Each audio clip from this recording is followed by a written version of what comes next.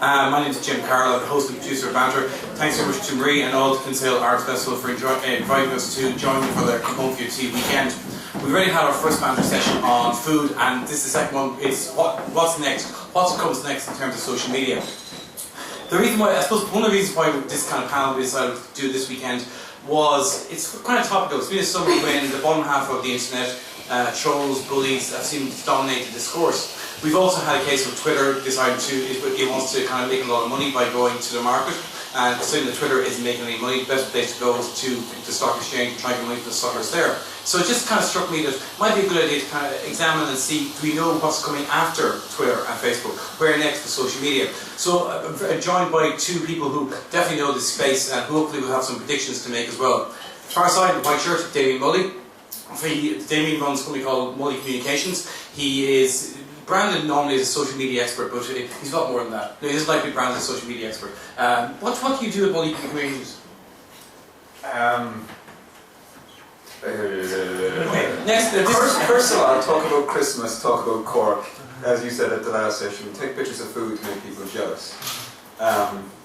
In, I guess, my off-Twitter time, I consult with companies on how to use online communications properly.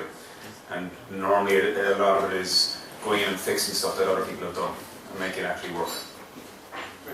And then in the middle, Una Mullally, writer and journalist with the Irish Times, broadcaster with TG4, and a woman with a healthy Twitter addiction. That's accurate. Great. Okay. Let's start with something that kind of struck me over the summer a little bit about kind of social media. I suppose it struck me for the last year or so. As someone who uses Twitter, who hates Facebook, it just struck me that I wasn't alone anymore. That it seemed to me that the thrill was gone out of social media. That a lot of the kind of like the pimps and the trolls had moved in. People were using kind of social media to flog their wares like they'd always done. But the actual people who were there having fun and having the crack with it just seemed to have kind of taken a step back. From your two vantage points, starting with you, Una, like, have you experienced something similar? Have you seen the case where people are a bit more wary and a bit more careful when it comes to social media habits and social media usage? Yeah, I think people are growing up now in terms, it's this simultaneous thing where people are growing up in terms of their usage and they're becoming more, I suppose their usage is more embedded in their lives, and then on the other side, people are, punching down a lot more, because the space has become so populated, you're going to end up having these conflicts, because discourse in general has become so stupid, really, a lot of the time. This kind of reaction cycle, a debate cycle that fosters, nothing valuable whatsoever, is just constantly being perpetuated. And then you have the people who are kind of dissatisfied with loads of things and take to, attacking people. And particularly this summer, with kind of stuff about female journalists being threatened and all that kind of stuff, and women campaigning for certain things like Jane Austen on banknotes and all that kind of stuff. So it's very weird. I mean, it's definitely in flux, and it's in terms of Twitter, it's like, well, what is going to happen to it now? Is it going to continue to kind of spread out like some kind of bad oil slick type scenario and sully the kind of things that was good about it? Or is it somehow going to condense and become smarter? I mean, you'd have to think the former, really. Okay. What do you think? I mean, Damien, would you be as cut and dry about it as Una is, either one thing or the other? There's a lot of stuff is changing in the past while. I'm seeing people now, say on Twitter, they'll go private on Twitter so people can't see their tweets and object to every single thing that they say, or will create their own private account so they can have private discussions, because as everyone is joining these services, like everyone pretty much is on Facebook now with 2.7 million people in Ireland on it. The same with Twitter, as more people join it, what you say now expands further, and that was one of the pitches for it to start with. But now it means stuff you say can be seen by everyone in your daily life. I get it myself. I say something on Twitter, and a couple of weeks later I bump into someone and they were like, how was the food there in that place? Or they'll remember some small little nugget.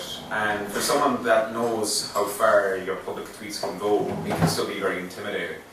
So I think there's been a change in the past while, and because everyone now, again, is on these services.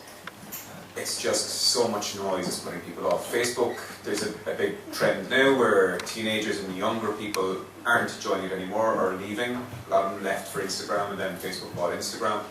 An awful lot now are just going to the likes of photo places like Instagram or Snapchat or places like that. One of the reasons as well with Facebook and people going away from Facebook is because of that noise, because there's more commercial stuff. You get more volume. Because there's more volume, people have to increase the volume for their stuff to be seen. So there's this law of diminishing returns that you have anyway in marketing. And in a way, Facebook has become polluted by so much noise. People are going elsewhere. They're starting to go to Twitter. They've gone to Twitter. Now, maybe in the next year or two, they'll get put off by that because of all the noise. And Twitter has to start making money now, so we're going to see more ads popping up into our timeline. And I think people will go elsewhere. So we've reached a point, I think, for some of these services where people are just sick of it and are going elsewhere and just shutting their accounts.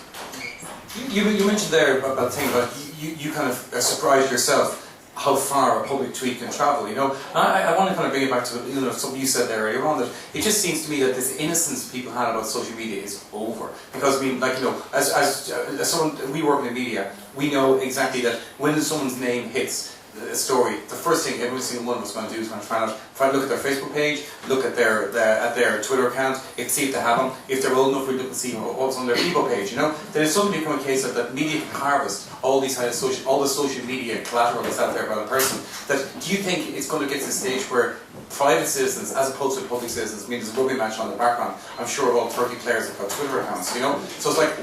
I'm sure they've been told to be careful about what they tweet. Whereas in terms of private citizens, are we going to see that a kind of a increased acceleration of what Damien described, of people making their accounts go private in order to kind of preserve what they're talking about? Well, I don't think there are private citizens anymore. I think everybody is a public figure. You know, the fact that previously, okay, so let's say, like, 20 years ago, when the kind of era of confessionalism really hit a peak with celebrity autobiographies and all that kind of stuff, there was this kind of drive to find out everything about people that we thought we wanted to find out things about. You know, we were interested in their lives because they're famous.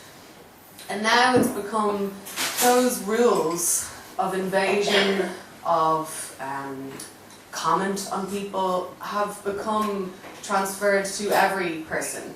So the idea of like private citizen or a public figure is redundant. You know, you can be a completely, supposedly anonymous teenage girl and somebody can take a photo of you at Slane and all of a sudden you are a public figure. But you were a public figure to begin with because all of your life was being lived out in a public way. So I think those divisions are gone, and then, you know, the top layer of it, the fact that, you know, these companies, Twitter, Facebook, Google, whatever, are in the business of finding out everything about you so they can target ads at you more successfully. That is the entire model.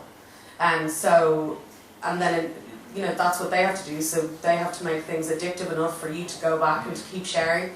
And then on top of that, then you have them handing over any information they want to, you know, the states in general around the world. So the levels of invasion are at a national, a global, legislative, corporate, and personal level, which everybody has collaborated in eroding any sense of privacy, really. Do you think people actually realise this, that they realise that they've actually given up their privacy? Because I mean, you're talking there about like everyone's being a public figure, and Damien, I'll bring you in this here as well. You know, I reckon most people, let's call them the non-celebs, the non-people with like people with maybe a couple of hundred followers, people who are mostly followed by their friends, families, and former schoolmates. They don't realise they're in the public eye that much, do they? Yeah. Okay. Yes, it's interesting. A couple of things again. I'm going to go back to Snapchat again. Teenagers using that know exactly about their privacy, and will take photographs that expires after 10 seconds or less. A lot of them are using Facebook in a very innovative way. Their privacy is completely locked down. When their parents want to add them on Facebook, they add them to a list where their parents can't see anything anyway. some of them, what they do is they shut down their account every time they log out. So instead of logging out, they shut down their account, which means that their account isn't accessible by anybody else that's online at that time, so that they're only seen when they're online. So teenagers and younger people are getting privacy, I guess, and know it, and are teaching others. Percentage of them anyway. I think a slightly older demographic hasn't a clue, and I do this every now and again. I show people at various sessions. Type in "hate my boss" into Facebook search. You can filter by people's public posts for status updates, and there's all these people on Facebook going, "I hate my boss, he's a fucking asshole." You click on their name and they list their employer, and the employer's Facebook page is up there. Or another one is if you type in DUI class into Facebook, and all these people update their status update, my last DUI class, so you get done for drunk driving, you have to go to DUI class. And again, employers are